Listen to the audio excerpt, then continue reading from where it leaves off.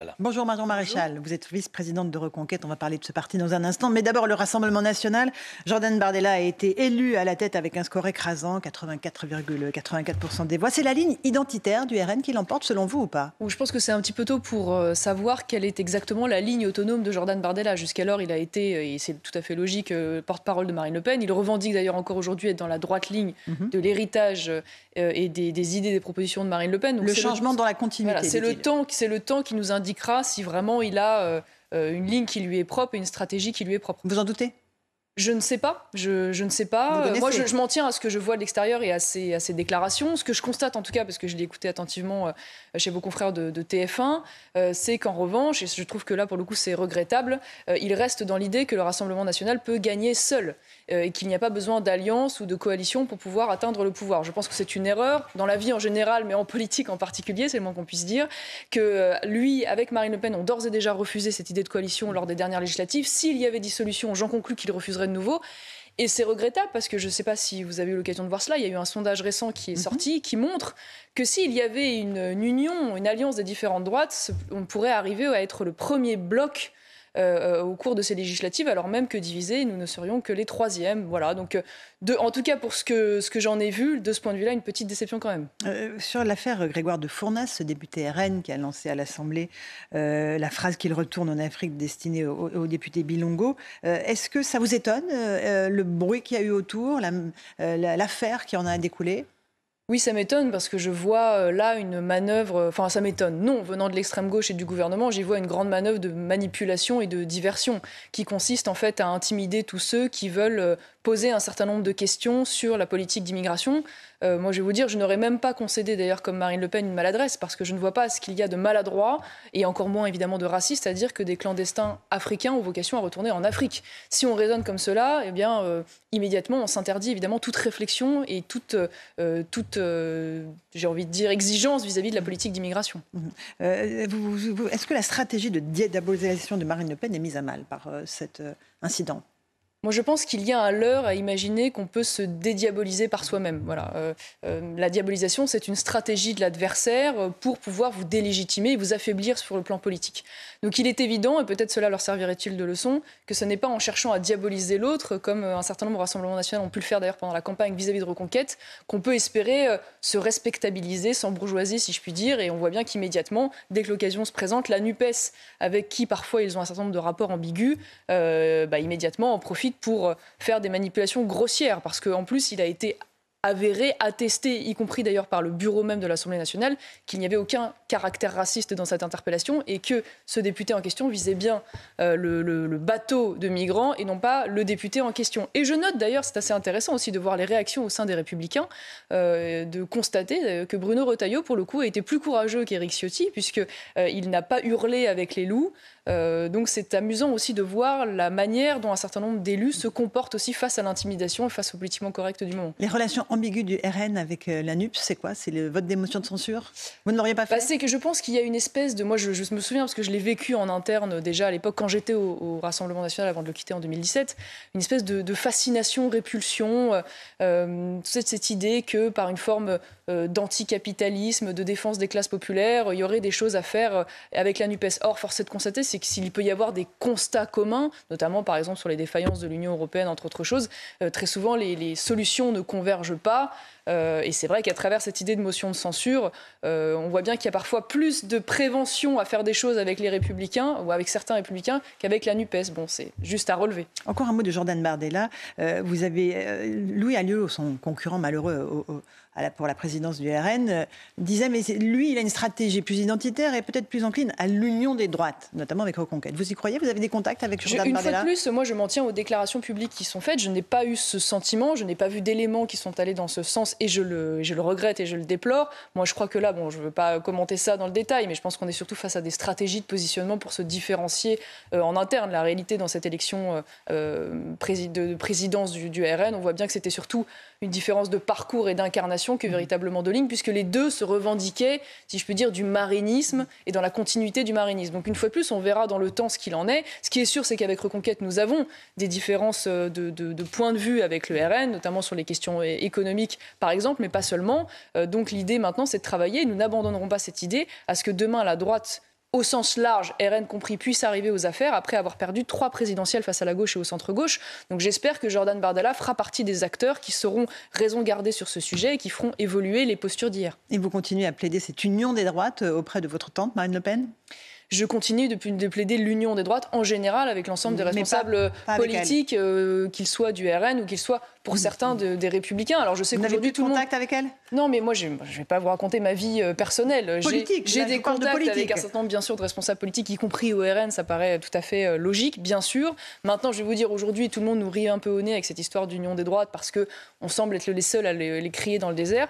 Moi je prends date avec vous, je suis sûre qu'à force de défendre cette idée qui est soutenue, il faut quand même le rappeler, par une très large partie de l'électorat de droite au Rassemblement national, à Reconquête et de manière significative au LR, nous arriverons à obtenir gain de cause d'ici 2027, j'en suis certaine. Vous avez évoqué l'hypothèse d'une dissolution, c'est une rumeur qui court, chaque camp s'y prépare, le RN est en bonne position, on l'a vu dans les sondages tout récents. Si jamais il devait y avoir dissolution, est-ce que vous présenteriez ? Est-ce que vous seriez avec l'étiquette Reconquête pour être député ? Très probablement, je ne vois pas ce qui pourrait nous conduire à l'inverse, puisque s'il y avait élection, nous représenterions un nombre très significatif de candidats. Nous avons d'ailleurs je parle de vous, là. Oui, non, mais bien sûr. Vous n'étiez pas allé pour des raisons évidentes. Je vous ai répondu. J'étais enceinte à ce moment-là et j'allais accoucher au moment du deuxième tour. C'était un peu compliqué. La situation est différente aujourd'hui. Maintenant, nous travaillons aussi à cette hypothèse. Nous constatons d'ailleurs que l'essentiel des candidats de juin veulent repartir s'il y avait dissolution. Maintenant, je ne suis pas sûre qu'elle advienne immédiatement, parce que pour qu'il y ait dissolution, il faut qu'il y ait un vrai blocage institutionnel. On n'en est pas encore là. Or, il faut quand même le dire, Emmanuel Macron n'a aucun intérêt à rejouer ces élections à l'heure où on parle. Je pense qu'on est davantage dans une stratégie de consolidation de sa majorité, de discipline, de discipliner sa majorité, peut-être même d'aller mettre une certaine pression aux Républicains. Maintenant, ce qui est notable, c'est qu'une fois plus, dans le dernier sondage qui est sorti, Reconquête progresse s'il y avait dissolution. Donc c'est intéressant de voir que ce jeune parti est en train de s'ancrer de manière durable dans la vie politique. Éric Zemmour regagne quelques points, effectivement, de popularité dans les sondages. Aussi. Est-ce que vous êtes à l'aide avec le mot francocide qu'il a remis dans le débat politique à l'occasion de la mort de la petite Lola ? Je trouve la démarche sémantique intéressante, oui. Alors il y a un parallèle avec le féminicide. D'une certaine manière, c'est un peu, reprendre les armes de l'adversaire pour se les approprier. L'idée, c'est quoi ? C'est tout simplement de transformer une accumulation de faits divers en un qualificatif qui révèle un véritable phénomène de société. En l'occurrence, le phénomène de société étant le lien entre, d'une part, une immigration incontrôlée et l'insécurité à l'égard des Français. Mais francocide, ça veut dire qu'on tue quelqu'un parce qu'il est français. Est-ce que dans le cas de la petite Lola, vous êtes sûr que c'était C'est très intéressant, parce que je ne crois pas que dans le cas de la petite Lola, nécessairement la personne l'ait tuée parce qu'elle était française. C'était pas le mobile. Mais attention, parce que dans le féminicide, lorsqu'un homme tue une femme, il ne tue pas nécessairement cette femme parce qu'elle est une femme. Ça n'est pas nécessairement le mobile du meurtre. Ce qui qualifie le féminicide, c'est la nature de la victime, c'est sa nature de femme. Dans le francocide, c'est la même chose. Ce n'est pas parce qu'un étranger tue un Français que nécessairement le mobile est qu'il est français.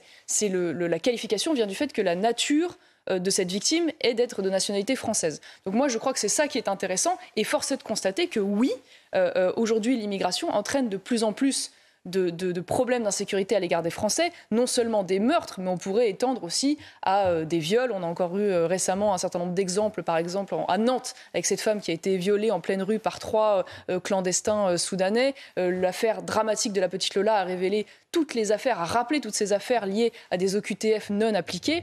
Et ce que je trouve regrettable dans cette histoire, c'est que Gérald Darmanin nous annonce en réponse à cette situation le fait qu'il y aura d'ici 2026 300 places de centres de rétention créés supplémentaires. Quand on sait qu'il y a 300 OQTF qui sont prononcés par jour, on se rend bien compte que la volonté politique n'est pas au rendez-vous. Gérald Darmanin, hier, dans le grand rendez-vous sur CNews et Europe 1, ne fait pas le lien entre immigration et délinquance, mais rappelle tout de même que les étrangers représentent 7% de la population française et 19% des actes de délinquance. Vous pensez que c'est paradoxal ? Il y a quelque chose d'assez cocasse quand même. Dans le même temps, il a rappelé un certain nombre de chiffres, notamment dès cet été, où il expliquait que la moitié à peu près de la délinquance à Paris notamment était du fait de personnes de nationalité étrangère, tout dans le même temps se précipitant pour surtout expliquer qu'il n'y a aucun lien entre les deux. Emmanuel Macron nous a fait le même genre de pirouette. Je vous dis, c'est regrettable parce que tant qu'on n'aura pas assumé de regarder la réalité en face, je ne suis pas sûre qu'on puisse avoir une véritable volonté politique. Et je vous dis cela parce qu'on a par exemple eu un certain nombre de déclarations expliquant que dorénavant il y aurait une application, ça c'était en 2019, à 100% des obligations de quitter le territoire français. Ça nous a encore été rappelé de la part du ministre de l'Intérieur. Et pour autant, on voit bien que que les crédits qui sont alloués à cet éloignement n'est pas du tout à la hauteur de ce qu'il faudrait. Un éloignement, ça coûte, selon les rapports, entre 13 500 et 30 000 euros. Or, on voit bien que dans le budget actuel, on a à peine de quoi faire 2 000 éloignements. Donc, c'est vrai qu'on sent qu'on est dans une espèce de gêne, mais qui finalement est lié au fait qu'ils n'arrivent plus à dissimuler la réalité. Donc, ils concèdent un certain nombre de choses, mais ils ne vont pas au bout du raisonnement. Un mot de l'immigration de travail qui est proposé par Gérald Darmanin et son collègue du travail Olivier Dussopt, octroyer des titres de séjour pour les travailleurs en situation irrégulière afin de pallier au manque de personnel dans certains secteurs, hôtellerie-restauration, soudeurs, services à la personne. C'est pas la solution ? Non, alors on nous fait toujours le même coup d'ailleurs avec cette immigration choisie en oubliant de dire qu'elle n'annule pas l'immigration subie. Elle s'accumule à l'immigration subie qui, elle, va continuer. Moi, ça fait des années que je constate qu'on fait venir des centaines de milliers, si ce n'est même des millions de personnes sur le territoire, et pour autant, je n'ai pas le sentiment que ces pénuries de main-d'œuvre aient été palliées. Loin s'en faut. Elle a même, d'une certaine manière, aggravé le taux d'inactivité, parce que je vous le rappelle, ça c'est des chiffres du ministère de l'Intérieur qui datent de 2020. Le taux, il y a à peu près 2 fois plus de chômage chez les personnes de nationalité étrangère que chez les personnes de nationalité française qui sont résidentes en France. Et il y a, ne serait-ce que pour les personnes de nationalité algérienne, à peu près 41,6% de taux d'inactivité.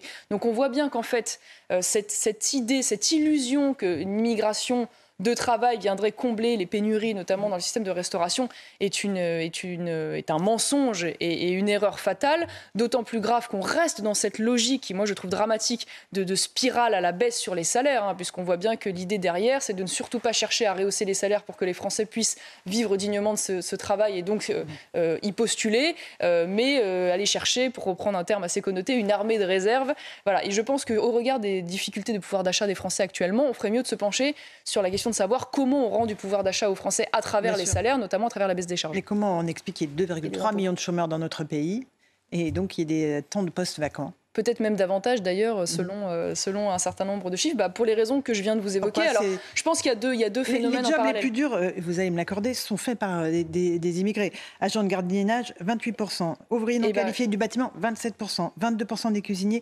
19% du personnel. Je suis d'accord avec vous et je pense qu'il y a 2 raisons parallèles. La première raison, c'est, comme je vous le disais à l'instant, le fait que ces métiers, très souvent, sont des métiers pénibles, indéniablement, et sont mal payés. Que les Français ne veulent pas faire. Et trop peu payés. Oui, enfin bon, c'est un peu caricatural de dire ça, mais je pense que la réalité, c'est qu'ils les feraient très volontiers s'ils pouvaient en vivre, ils pourraient en vivre correctement. Donc la question, une fois de plus, c'est de savoir, dans un pays qui a atteint cette année, depuis 30 ans, le taux de record de prélèvements obligatoires, est-ce qu'à un moment donné, on va se pencher sur les charges qui pèsent sur les salaires et sur les impôts qui sont prélevés sur le travail dans ce pays. J'ai pas l'impression que ce soit la voie choisie par Emmanuel Macron et c'est tout à fait regrettable. Donc ça, c'est une première chose. Par ailleurs, on pourrait mettre en parallèle de cela le fait que derrière cet apport d'immigration, il y a peut-être un certain nombre de métiers qui seront comblés, mais le coût pour la société en matière sociale, en matière sécuritaire, en matière d'inemployabilité est aussi extrêmement lourd. Alors, et la deuxième raison, et je vous réponds là-dessus, c'est vrai, j'ai envie de dire une dérive de l'assistanat en France. Ça, c'est indéniable. Il y a des situations aujourd'hui en France, et c'est anormal, où quand on ne travaille pas, on gagne parfois mieux sa vie que quand on travaille. Et ça, c'est inacceptable. Et donc ça, là-dessus, il y a sûrement aussi un certain nombre de mesures fortes à prendre, notamment sur la question des aides sociales et qui ne sont pas aujourd'hui mis à l'ordre du jour politique. Le travail au noir, c'est entre 5 et 6 milliards de pertes pour nos comptes publics, dit Gabriel Attal. Il faut arrêter l'hypocrisie.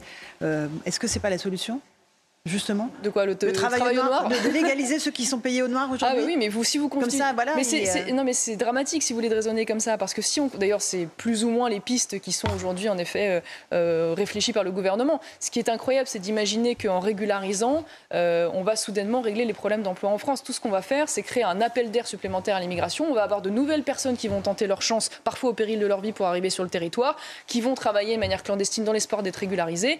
Et en parallèle, vous aurez, comme je vous l'ai indiqué tout à l'heure, un nombre significatif de personnes de nationalité étrangère qui, elles, resteront au chômage parce que notre pays n'est plus en capacité aujourd'hui de pouvoir combler l'ensemble de ces demandes. Donc non, je pense que c'est une très mauvaise solution et très révélatrice d'ailleurs de l'hypocrisie du gouvernement sur ce sujet. Reconquête, au mois de décembre, près de 55 000 adhérents sur les 131 000 revendiqués devront renouveler ou non leur carte. Ce sera un premier test pour Reconquête. Mais ce qui est difficile, c'est d'exister sans élus, sans ancrage. Ça va être un moment important, c'est sûr. C'est l'anniversaire, d'une dire de Reconquête, que un jeune mouvement qui a déjà fait beaucoup en quelques mois, c'est indéniable, pour exister sur la scène politique. On a beaucoup parlé de l'affaire Lola, on pourrait rappeler aussi l'affaire de Calac, l'affaire au Sable d'Olonne. Donc un parti qui joue un rôle significatif déjà, alors comme vous le disiez, il n'a pas d'élus.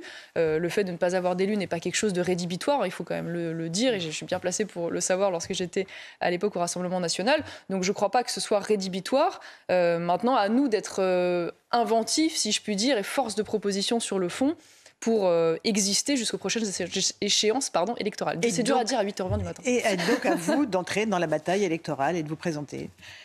À moi ou à d'autres, on verra à ce moment-là. Oui, vous parlez, j'imagine, des européennes, mais c'est des élections qui ont lieu dans 1 an et demi, donc aucun parti politique, et pas plus Reconquête que les autres aujourd'hui, se pose la question de sa tête de liste.